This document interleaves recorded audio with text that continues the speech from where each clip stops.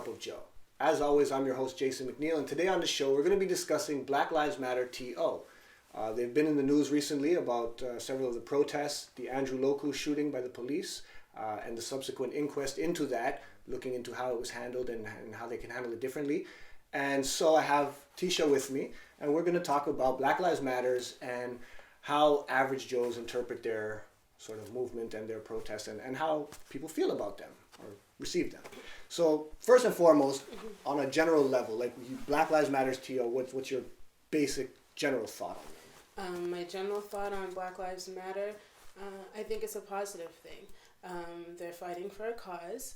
There's a lot of people that feel the same way as those that are part of Black Lives Matter, but they don't go out there. They don't have the time, or they think me saying something's not going to do anything. So for those that are in Black Lives Matter, I appreciate them because they're actually putting in action for what I'm thinking, and because I work or I sometimes think, I know they're not going to change anything, or I assume. I'm grateful for those that are out there actually putting in the energy. So. All right.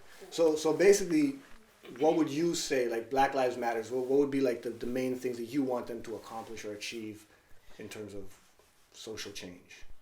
I like the fact that they're out there speaking on things such as the injustice of what's going on with the violence or the cops or the killings. It's not just violence that they stand for. It's overall the inequality of things when it comes to Black people and also non-white people. I think it's positive that they're out there voicing our concerns and letting it be known. Some of them may have access to people or different ways of going about things to make people actually hear what we're saying, or open the eyes of other people who don't actually see it. You can look at one picture one way, and I look at the picture another way, interpret something different. So with them out there actually voicing it, how majority of a lot of the Black people see things, I appreciate them for doing that. All right. Now, my concern that I would say with Black Lives Matter is, okay, it is from the United States movement, right? So it branched off from there. My biggest concern is, especially if you're trying to get the ear of the other communities, of specifically white people or the political community in general, is that our problems in Canada, our issues, they're evident, they're very obvious, some of them. They're not the same as the ones in the United States. Like, for example, when I see someone holding up a sign that says, "Stop shooting our brothers," I fully understand why in America that's a huge issue, but I don't see that happening in Canada, where it's like Black people are getting shot by police. People with mental health issues are clearly getting shot by police at a substantial rate, and that needs to be handled. I worry that if you hyperbolize it too much, that the white community kind of just says, "Oh, they're being silly," and it's not silly, but I worry that they'll disregard it and they won't pay attention. I get where you're coming at, but again, that's where it comes in as they're not just talking about the shooting of my brothers. There's a lot of issues Black Lives Matter stands for. Right. So when they have that hashtag Black Lives Matter, don't think of it as just, they're fighting for all the Black people that's getting shot by police, because it's not that. It's different issues. Just like they were down at City Hall and etc., protesting because of the shooting and other stuff. They wanted to have a public meeting and stuff. It wasn't just because of the shooting that they wanted to have a meeting. It's the overall of some issues that they wanted to discuss. Out of all of Black Lives Matter in the States, Toronto's the only international chapter that they have. Why? Because this is the most multicultural, one of the most multicultural in Canada. So you're going to get a lot of things that are similar to the States here. Yeah. So that's why they're here. See, and that's kind of what concerns me. I worry that attaching our issues and our concerns to something in the United States, where the issue, it seems to be more severe, more on like a different level of systematic racism and a different level of violence in general from police to anyone. It seems like you sort of miss an opportunity, because you can be like everything you're saying, like it's about more things. It's about other stuff. It's about things like carding, right? Carding is a very clear systematic issue that we have. And if more focus is on that, I feel like everyone has to pay more attention than if we talk specifically, let's say Andrew Loku, right? Because like you say, they're down there and they are speaking about a police shooting. And again, trying to sort of look at it like it's an anti-racism or what is it, the anti-black racism lens. Yes. I kind of worry that instigates or initiates more division than bringing people together. That's the problem. Why they want to have I think that they want to have the public meeting for everyone to see that it's not just about that. In regards to you saying about trying to kind of like latching on to the states because our problems are not the same. The way I see it is we are all one. We have those same issues. It may not be as broad in the spotlight like it is in the States, but we all have those same issues because of our color, because of our skin, because of our history. We do have to always still fight the same battles. We can't be different or separate the two because I live in Canada and you live in the States. Because in Nova Scotia, where I'm from, there's a lot of racism down there. It may not be all in the news here. But the people within the Black community on the news there, they know the amount of racism that we go through there with the police. So, if anything, I was just thinking about this, that they need a Black Lives Matter in Nova Scotia to actually fight for the Black communities there. So, it's necessary. Well, I will say that there is a necessity, of course, in that, like, for example, again, a typical white response to a group like Black Lives Matter is, well, all lives matter. And I've heard people, like protesters, say, that's actually a violent statement. And I understand that it is, and I understand why. Because I was telling a friend of mine, I saw a comic about it. And it's two people standing together, and one of them has a hose, like a garden hose, it looks like almost, right? And it says, well, I think all houses matter. All houses deserve the same attention. And then you zoom out, and one of the houses is on fire, right? So yeah, all houses should be treated equally, but one community, one house has a problem, and it's almost overlooked. And again, this is sort of what I worry about, is that the white community or other communities might continue to overlook it if they feel it's hyperbolic, right? Like already, I'll tell you this, to be honest, a lot of white people, they don't even believe that there's racism at all, right? So when you get to very extreme forms of racism and stuff, they sort of just want to ignore it. And they can't, right? Because it does exist. It does go on. White privilege is a thing, right? Now, I understand. It doesn't mean that all white people have an easy road in life, and that's where the disconnect comes for me. Is that people are like, well, my life is hard. I don't just get free jobs.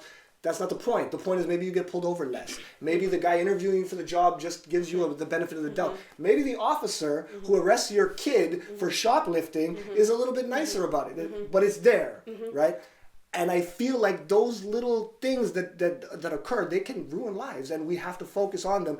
And I really think it's important to build the bridge between all the communities and not make it feel like you're my enemy or whatever, right? And I think right now, when it comes to the Black Lives Matter standing out, I get what you're saying, and a lot of us, we understand that. We see that clearly for years, that there are some white people that believe when they hear the issues that Black people complain about or talk about, they don't see it because you've been conditioned into it for so long that it's a natural. Whereas we know when it's you, if someone's poking you with something, all of a sudden you notice it, right? But if I was doing this since the day you were born, you think that that's natural. Yeah. So, of course, you're not going to understand the problems we talk about. And that's why they have to go out there and be strong and be loud and hear. The majority may not understand right now, but the people at top who they're trying to talk to, once they can get to them and get them to understand and start making some little changes, eventually those little changes will hopefully turn into something bigger and bigger, and then generations to come, it's going to end up being the norm that's been happening since they were born. Okay. So it's needed for them to start something. You have to start at some time. I hear people, even Black people, say, oh, they're wasting their time, nothing's going to change, blah, blah, blah, blah. It has to start at some point. Our ancestors before, they had to start at some point for stuff to happen. 100%. They didn't just all agree at once to go and march together. Yeah. Someone had to start with 1, 2, 3 people, and eventually, because they saw change was happening, etc., and things started getting stronger, they had to join in. So hopefully that happens. Well, and I do hope that something good can come of it. I hope good things can happen and that we can build the bridges. Like I say, my concerns are the hyperbole and things like that. But again, that's part of protest, right? It's supposed to be provocative. The fact that they say Black Lives Matter and white people or Asian, anyone says, well, all lives matter, that's kind of the point. It's supposed to promote conversation, right? Similarly, I will just touch on it. The tweet that the girl sent, I'm sure you heard about it. And it was talking about, Allah, please give me the strength to not kill these white folks and whatever. Now, the first thing I'd like to say to anyone who's like, this is a violent tweet and it's a threat and it's this and that, it is not. Now, I understand that as a leader, you have to be careful with what you say, because that could incite other people to believe, okay, it's hopeless, let's just be violent. But we're all far more concerned about people sending tweets that say, Allah, please give me the strength to murder all these white folks and Christians, not give me the strength not to. This is clearly her making a point that God doesn't want violence. The godly thing is not to hurt people, but that I'm very frustrated, right? I feel with that whole incident with the tweet, yes, it was wrong for how it came out, for people to interpret it in different ways, and social media, it can't be taken away, etc. But I am not going to wrong her for it, because I know there are instances and times where I get upset, and I may say something, I may do something, and it's about controlling your emotion, and etc. But you don't know what the situation was at the time that she wrote that, or who she was around, or what group setting she just came out of. That when you're being spoken to in ways to insult your integrity, or your how smart you are, or someone's talking to you in a certain way, you don't know. She could have came out of a meeting with some people that were just like trying to talk, excuse my language, some shit to her, and she's like, I'm not stupid, I understand. And she's praying, asking for strength. Now, my thing is because why did that tweet just come up now? Who went digging in her streamline for something to pull up on her to try to discredit her and make her look bad? And I fully understand that part of it, but to that I would argue that as you as a private citizen, you can tweet whatever you want. And I think the media should really just lay off Twitter, because it is for, just what I thought in the heat of the moment, and I tweeted. It's not, she didn't write a dissertation on racism or on white people. She didn't, put together an essay. It was just a tweet. But she is a political leader, whether she wants to admit it or not. She's leading a political movement. She's speaking for people that may or may not, have an opportunity to say, no, I don't agree with that. So I hope that basically what is learned for all of us is that maybe catching people in what they said in the heat of the moment is not the best way to do things in general. It's an experience for her too. And it's not just this case; it happens all the time. We do it to all these people that are always in the light, and we're like, oh, look what he said, look what she said. This makes them this, and it doesn't. No. Second point I'd like to make is that we need to understand that, I believe everyone to a degree is racist, and what I mean by that is everyone has an opinion or an idea of every group. I agree with if I say Asian people, you have opinions about what you think about Asian people. Some of them might be good, some of them might be bad. The concern I have is when people think it's like concrete, that I have this opinion that's etched in stone. Yes, exactly. All communities are not the same. None is a monolith, right? But at the same time, I was talking to my friend about it. The fact that there's a BET tells me that the greater black community in America has a different form of entertainment that they want to see. And it exists because the white-controlled networks don't allow enough of that on the TV. It's true. But now when a white person is like, well, black people are into R&B or whatever, it doesn't make them an evil person, right? It's what they see. It's how they understand it. You can be like, well, I'm not into R&B. I'm into this. And that's the whole point. It's not to let these things be concrete in our head.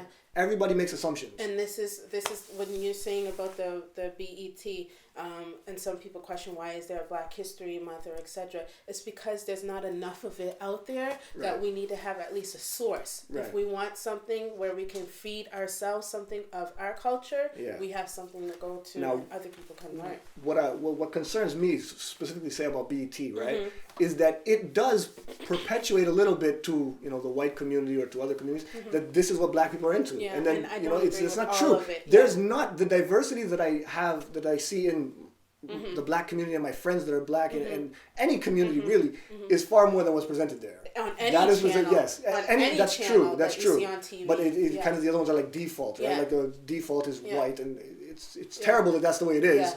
We have to fix that. It's creating a stigma or whatever. But it's integrating the BET with the other TV and making it it speaks for all of us. One question I have, and this is off topic a little bit, but Black Lives Matters is one of the initiating organizations of the LEAP Manifesto, and I don't understand what that has to do with anything. I don't.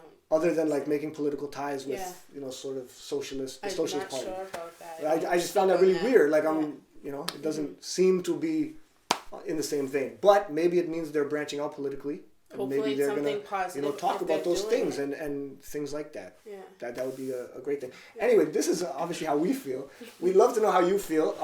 Join the conversation. Please subscribe to the YouTube page and leave a comment, or you can hit us on the Twitter. It's Cup of Joe Canada, or just holler at the website, cupofjoecanada.com.